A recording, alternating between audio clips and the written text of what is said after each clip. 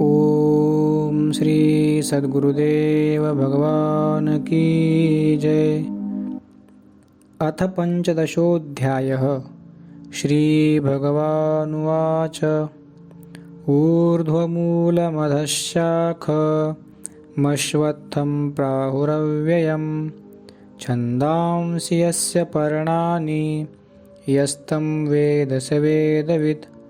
श्री भगवान बोले, आदि पुरुष परमेश्वर रूप मूल वाले और ब्रह्मा रूप मुख्य शाखा वाले जिस संसार रूप पीपल के वृक्ष को अविनाशी कहते हैं तथा वेद जिसके पत्ते कहे गए हैं, उस संसार रूप वृक्ष को जो पुरुष मूल सहित तत्व से जानता है वह वेद के तात्पर्य को जानने वाला है।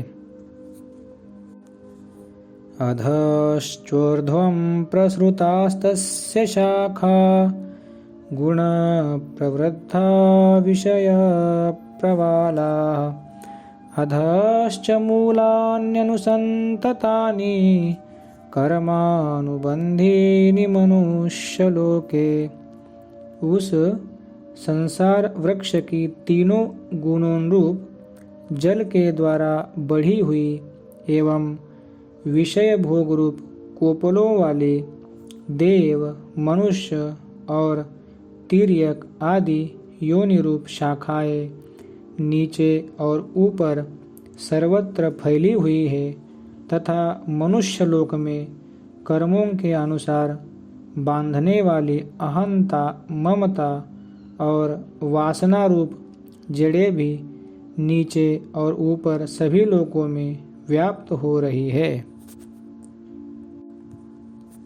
न रूपमस्येह तथोपलभ्यते नान्तो न चादीर्न च सम्प्रतिष्ठा अश्वत्थमेनं सुविरूढमूलमसङ्गशस्त्रेण दृढ़ेन छित्त्वा। इस संसार वृक्ष का स्वरूप जैसा कहा गया है वैसा यहाँ विचार काल में नहीं पाया जाता, क्योंकि न तो इसका आदि है और न अंत है तथा न इसकी अच्छी प्रकार से स्थिति ही है।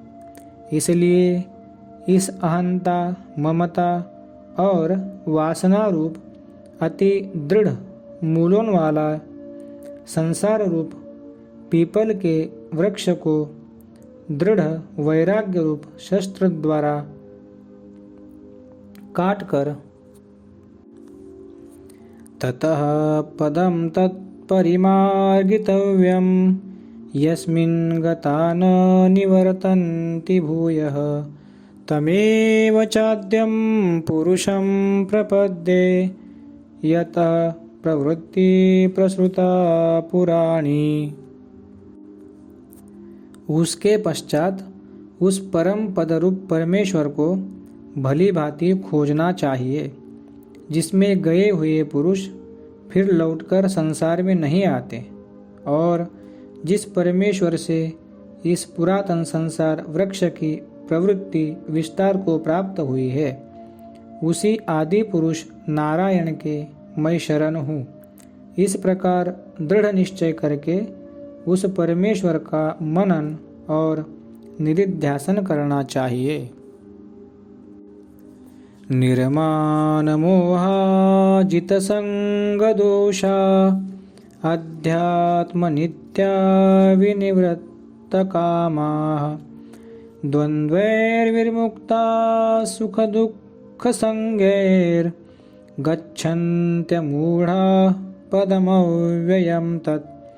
जिनका मान और मोह नष्ट हो गया है, जिन्होंने आसक्ति रूप दोष को जीत लिया है, जिनकी परमात्मा के स्वरूप में नित्य स्थिति है और जिनकी कामनाएं पूर्ण रूप से नष्ट हो गई है, वे सुख दुख नामक द्वंद्वों से विमुक्त ज्ञानी जन उस अविनाशी परम पद को प्राप्त होते हैं। न तद्भासयते सूर्यो न शशांको न पावकः यद्गत्वा न निवर्तन्ते तद्धाम परमं मम। जिस परम पद को प्राप्त होकर मनुष्य लौटकर संसार में नहीं आते, उस स्वयं प्रकाश परम पद को न सूर्य प्रकाशित कर सकता है, न चंद्रमा और न अग्नि ही। वही मेरा परम धाम है। ममैवांशो जीवलोके जीवभूतः सनातनः मनःषष्ठानीन्द्रियाणि प्रकृतिस्थानि कर्षति। इस देह में यह जीवात्मा मेरा ही सनातन अंश है और वही इन प्रकृति में स्थित मन और पांचों इंद्रियों को आकर्षण करता है। शरीरं यदवाप्नोति यच्चापि उत्क्रामतीश्वरः गृहीत्वैतानि संयाति वायुर्गन्धानि वाशयात्। वायु गंध के स्थान से गंध को जैसे ग्रहण करके ले जाता है, वैसे ही देहादि का स्वामी जीवात्मा भी जिस शरीर का त्याग करता है, उससे इन मन सहित इंद्रियों को ग्रहण करके फिर जिस शरीर को प्राप्त होता है उसमें जाता है। श्रोत्रं चक्षुस्पर्शनं च रसनं घ्राणमेव च अधिष्ठाय मनश्चायं विषयानुपसेवते।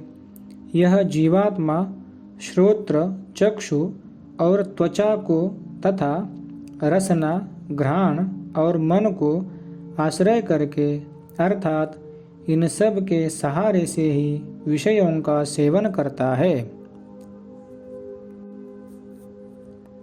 उत्क्रामन्तं स्थितं वापि भुञ्जानं वा गुणान्वितं विमूढानानुपश्यन्ति पश्यन्ति ज्ञानचक्षुषः।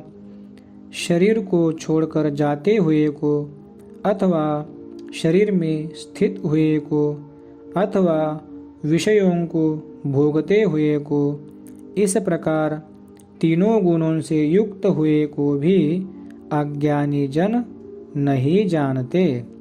केवल ज्ञान रूप नेत्रों वाले विवेकशील ज्ञानी ही तत्व से जानते हैं। यतन्तो योगिनश्चैनं पश्यन्त्यात्मन्यवस्थितं यतन्तोऽप्यकृतात्मानो नैनं पश्यन्त चेतसः। यत्न करने वाले योगी जन भी अपने हृदय में स्थित इस आत्मा को तत्व से जानते हैं, किंतु जिन्होंने अपने अंतःकरण को शुद्ध नहीं किया है, ऐसे अज्ञानी जन तो यत्न करते रहने पर भी इस आत्मा को नहीं जानते।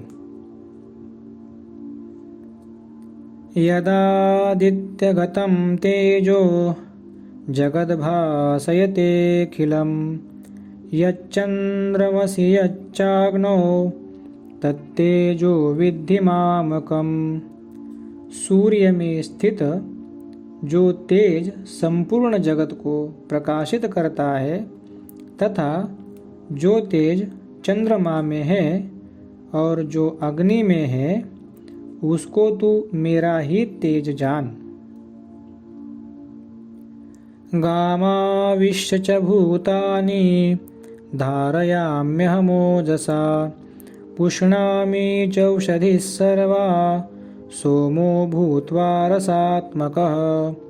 और मैं ही पृथ्वी में प्रवेश करके अपनी शक्ति से सब भूतों को धारण करता हूँ और रस स्वरूप अर्थात अमृतमय चंद्रमा होकर संपूर्ण औषधियों को अर्थात वनस्पतियों को पुष्ट करता हूँ। अहं वैश्वानरो भूत्वा प्राणिनां देहमाश्रितः प्राणापानसमायुक्तः पचाम्यन्नं चतुर्विधम्। मैं ही सब प्राणियों के शरीर में स्थित रहने वाला प्राण और अपान से संयुक्त वैश्वानर अग्नि रूप होकर 4 प्रकार के अन्न को पचाता हूँ। सर्वस्य चाहं हृदि सन्निविष्टो मत्तस्मृतिर्ज्ञानमपोहनं च वेदैश्च सर्वैरहमेव वेद्यो वेदान्तकृद्वेदविदेव चाहम्। मैं ही सब प्राणियों के हृदय में अंतर्यामी रूप से स्थित हूँ तथा मुझसे ही स्मृति, ज्ञान और अपोहन होता है और सब वेदों द्वारा मैं ही जानने के योग्य हूँ तथा वेदांत का कर्ता और वेदों को जानने वाला भी मैं ही हूँ। द्वाविमो पुरुषो लोके क्षरश्चाक्षर एव च क्षरः सर्वाणि भूतानि कूटस्थोऽक्षर उच्यते। इस संसार में नाशवान और अविनाशी ये 2 प्रकार के पुरुष हैं। इनमें संपूर्ण भूत प्राणियों के शरीर तो नाशवान और जीवात्मा अविनाशी कहा जाता है। उत्तम पुरुषस्त्वन्य परमात्मेत्युदाहृतः यो लोकत्रयमाविश्य बिभर्तव्य ईश्वरः। इन दोनों से उत्तम पुरुष तो अन्य ही है जो तीनों लोकों में प्रवेश करके सबका धारण पोषण करता है एवं अविनाशी परमेश्वर और परमात्मा इस प्रकार कहा गया है। यस्मात् क्षरमतीतोऽहमक्षरादपि चोत्तमः अतोऽस्मि लोके वेदे च प्रथितः पुरुषोत्तमः। क्योंकि मैं नाशवान जड़ वर्ग क्षेत्र से तो सर्वथा अतीत हूँ और अविनाशी जीवात्मा से भी उत्तम हूँ, इसलिए लोक में और वेद में भी पुरुषोत्तम नाम से प्रसिद्ध हूँ। यो मामेवमसम्मूढो जानाति पुरुषोत्तमं सत्सर्वविद् भजति मां सर्वभावेन भारत।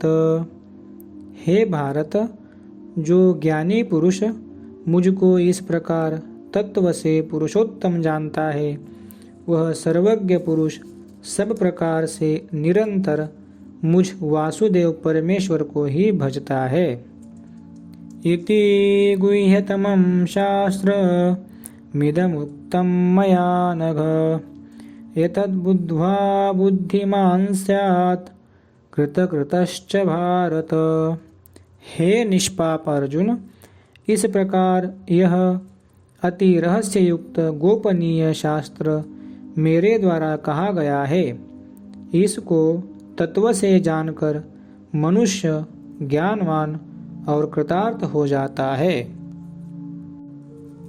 ओम तत्सदिति श्रीमद्भगवद्गीता सूपनिषत्सु ब्रह्मविद्यायां योगशास्त्रे श्रीकृष्णार्जुनसंवादे पुरुषोत्तमयोगो नाम 15ोऽध्यायः।